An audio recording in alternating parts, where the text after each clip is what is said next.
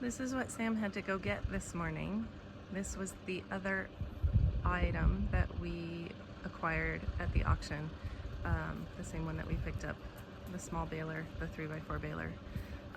So these are wheel lines, so they're kind of like, not kind of, they're like hand lines, but they have wheels, and the thing in the middle sticking up right there is a mover, so it's like a gas engine that moves the whole line along, I think, or Sam will have to explain it because I've never had them, seen them, used them, or know very much about them, but I'm sure he knows all about it.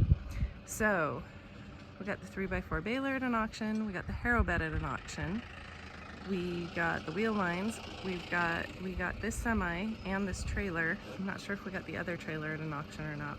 We got this tank right here at an auction because when we get cows we'll need a tank, and it was fairly cheap. We got one of the dog houses at an auction, and then also a tiny little dog glue thing that's way too small for either of the dogs. I wondered if the cat goes in it sometimes, but I've also seen her in it, or in the dog's bigger houses in the winter, so maybe she doesn't use it, I don't know.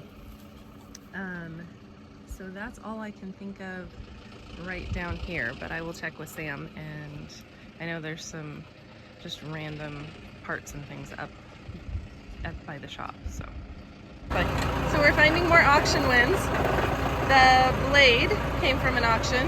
That other trailer did come from an auction. There's a tank over there that came from an auction. What does the tank do? The what? The tank? Oh, it's a broadcast spreader. Oh, a broadcast spreader. That came from an auction. I forgot we got that. I wonder if that's what we were bidding on when we accidentally got the welder. No, something else? Okay. And then the harrow, drag harrow, came from an auction. I think that's all that's down here that I can think of right now.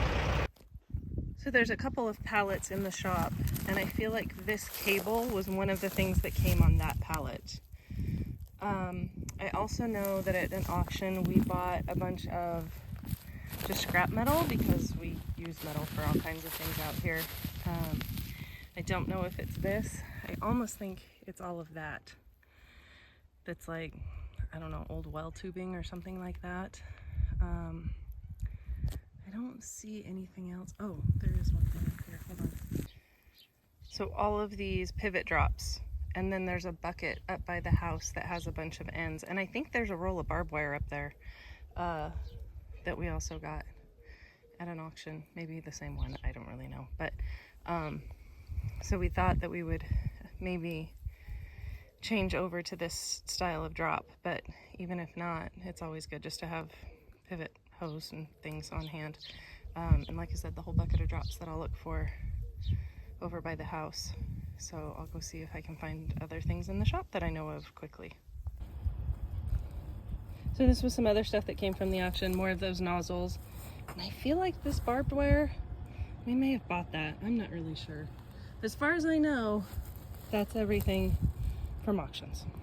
Okay, so I know we've talked about the welder. The engine to my car came out of an avalanche, and I don't want to uncover all of that right now, but maybe later. I'll show you the engine to the car. The box was from Sam redoing something, a radiator or something, so that's not it. But pretty much everything on this pallet also came from an auction. I'm not sure about the brake rotors, but they may have. So there's like a couple of like water faucet spigot things, just random stuff. I think I told you about the tools. We got lots and lots and lots of tools because the price was just amazing, and we bid and won, and that was awesome. And then Sam had said something about all of these cutoff wheels and things. Those are great. That all came from an auction. That's all I'm seeing in here that I know of. We got these tires from the auction. I forgot about that. I think they're pivot tires, and I feel like we've already used one, so it was a very good purchase. Oh, this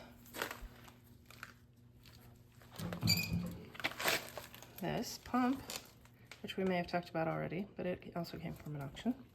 Okay, I'm gonna say everything up here I've covered, except for showing you my car engine. So I think we're good.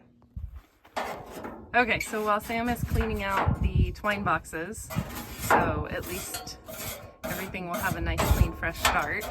One of the things that I was going to talk about before was how we determine kind of what we're willing to pay for things at an auction, and also some of the frustrations and situations that we've encountered in trying to buy things through like Facebook Marketplace or Craigslist and then auctions. So it seems like on Facebook Marketplace or Craigslist you can find just about anything you want to buy all the time. Is that a fair statement? Yeah, there's always somebody selling something, yeah. Auctions are a little more...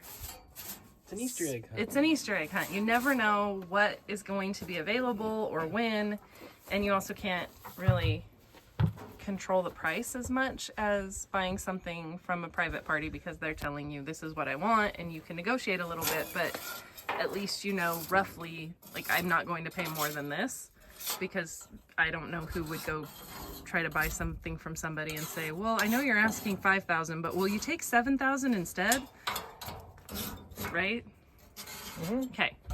But in an auction, crazy things can happen. And I don't know if it's just people doing the same thing that I'm doing, that I want this so bad, I'm not going to let anybody else have it, or if I'm not going to get it, I'm going to make them pay as much as I can get them to pay, kind of a thing. But we've watched recently a couple of things go at auction for more than what we found comparable pieces of equipment or products for sale from a private party.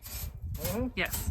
So why anybody would pay more at an auction than you could go buy it off of Craigslist or Facebook? I don't even know if Craigslist is still a thing. But anyway, Facebook Marketplace.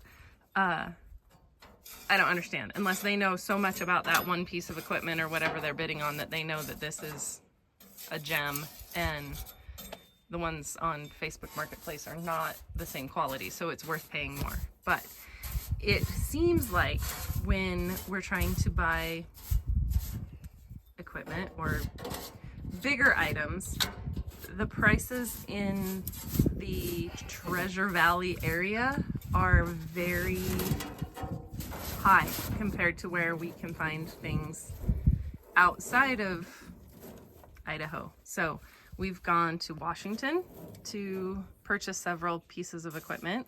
So Sam and I got a little bit distracted at this part of the video, and we're just talking about where we had gone to buy different things, and then I remembered this was supposed to be about things we've gotten in an auction. So if you would like to know all of our travels and what we've acquired, I will happily include that in another video, but I'm not going to subject you to that part of our ramblings in this one for right now. So sorry for the distraction. Typically try to anticipate our price range for auction items being roughly half of what you can buy something for from a private party. So, is that right? Yeah, I mean, yeah. That used to be, but it doesn't seem to be anymore. That's like either auctions have gotten more popular, or I don't know, something weird. But now it's, I don't know, what, maybe 3/4 or something? Yeah. It's still usually cheaper. I mean, we're not going to typically pay the same. Like, if we can find it on Facebook Marketplace for $5,000, we're not going to pay. I might be thinking of cars. I don't know if cars have... So that was always the thing at, with cars. I don't know if cars have gone that way as well, but maybe it's the equipment that is different. Everybody knows the place to get equipments from auctions. Yeah. Because that's a quick, easy way of selling it. Yeah. That might be what it is.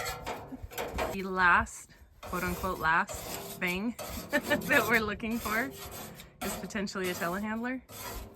Yeah. Seems like it would be handy. Yes. And right now there's not very many in our price range available on Facebook Marketplace. So we watched one sell. We did watch one sell very quickly. So we've learned through several pieces of equipment, if it's on Facebook Marketplace and Sam thinks it's a really good deal, he should not ask me about it. He should just contact the seller immediately, because there have been a couple of things that he saw, like we'll just say like at 7 o'clock in the morning, and then he talks to me about it at 5 o'clock at night and it's already sold. So we'd end up with all kinds of prizes then. Semi and trailers came from an auction in Salt Lake.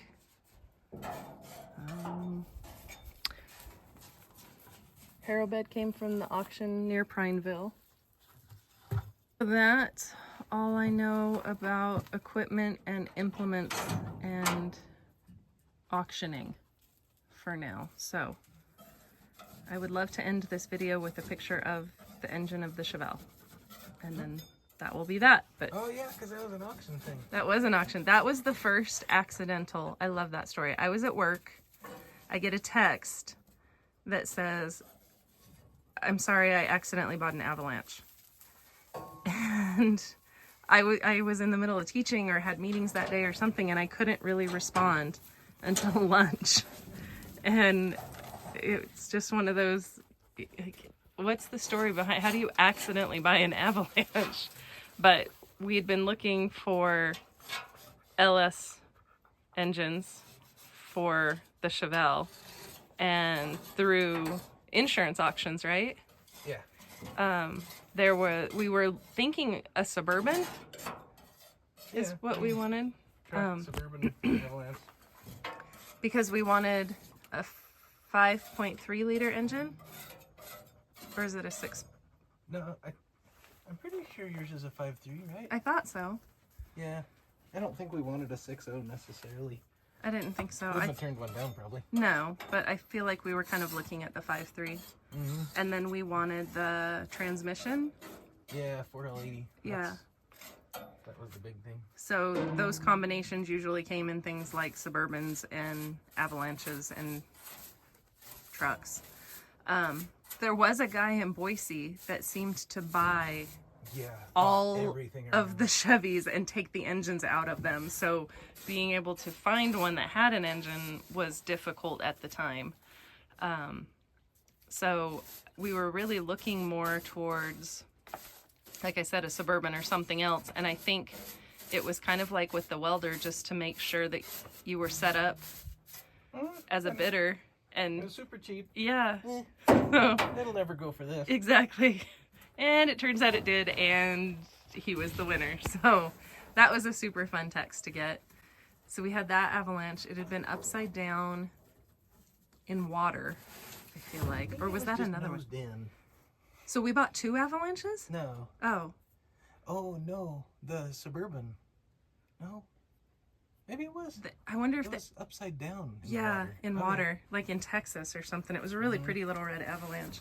But anyway, the Chevelle has a really nice setup. And then one day, we're going to take that and the Camaro to Firebird, and I'm going to drag race against Sam.